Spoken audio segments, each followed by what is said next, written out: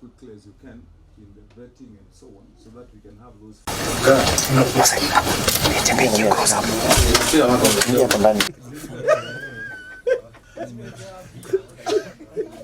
Even for me as a governor, the surest way that I have to ensure that the projects that are in the ward that will be uptaken first as priority projects, the surest way I have that they are projects of impact is when they are projects that have been chosen by the person who has a stake in that particular project and the person who is the people on the ground every time, and that is the member of county assembly.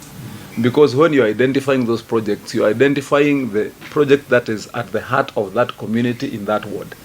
And so for me it is a boost, because I don't have now to do research, I don't have to rely so much on public participation. I know that at least 600 million of our first take of budget, we have project of income, of impact.